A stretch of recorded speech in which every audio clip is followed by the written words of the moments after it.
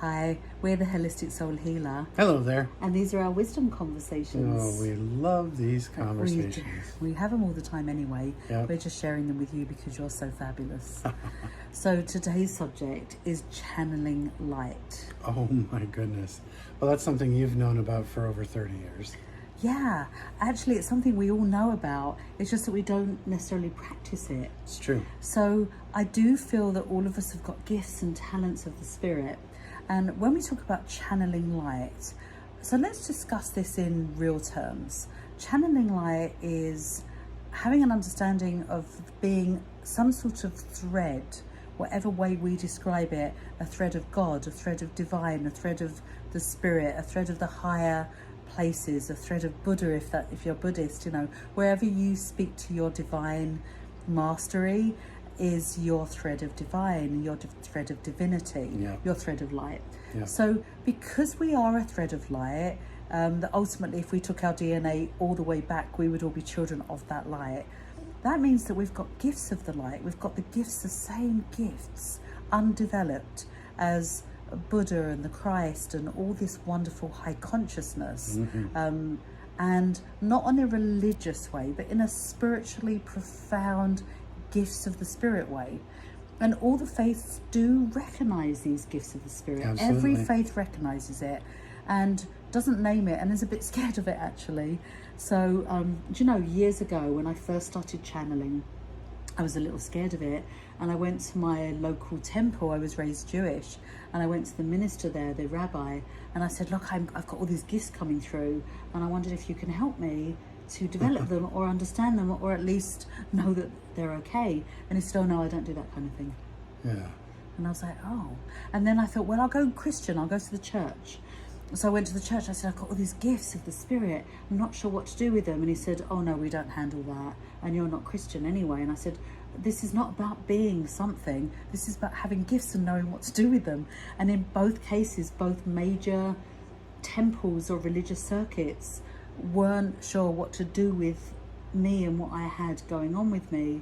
Right. And I was a bit shocked by that because I thought, oh, of course I'd go to the spiritual ministers that are wearing the robes of the light. How would they not know how to help me? And they just didn't. Yes, it's an amazing concept when you think of a higher ranking official in a spiritual or religious order that doesn't know how to deal with spirituality and gifts of the light. If you take the readings of the Bible and you take what was said in there, Christ said, you can do what I do. It's not any different. You just have to be able to access it. Mm-hmm. Whether it's Krishna, Buddha, Allah, Jah, whatever you label that higher power, it's an extension of who and what we are.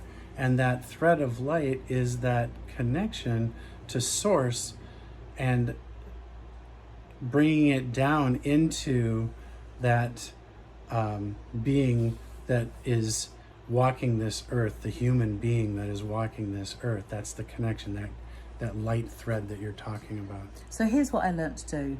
I learned to do transformational, deliberate, intentional breath work. Yeah. I took some yoga.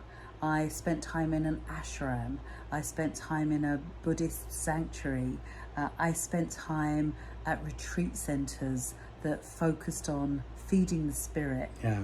I focused on shaman work where they helped you to climb into your heart and operate from there, speak from there, live from there, work from there. And I would say that those are all the places that I developed my own light, because I couldn't go to the traditional places to develop it because they looked at me with a kind of a and while I was disappointed that they couldn't help me, because I thought, go to the traditional road. You've got all these big buildings. They're going to know what to do. That's why there's such big buildings. It's not necessarily true.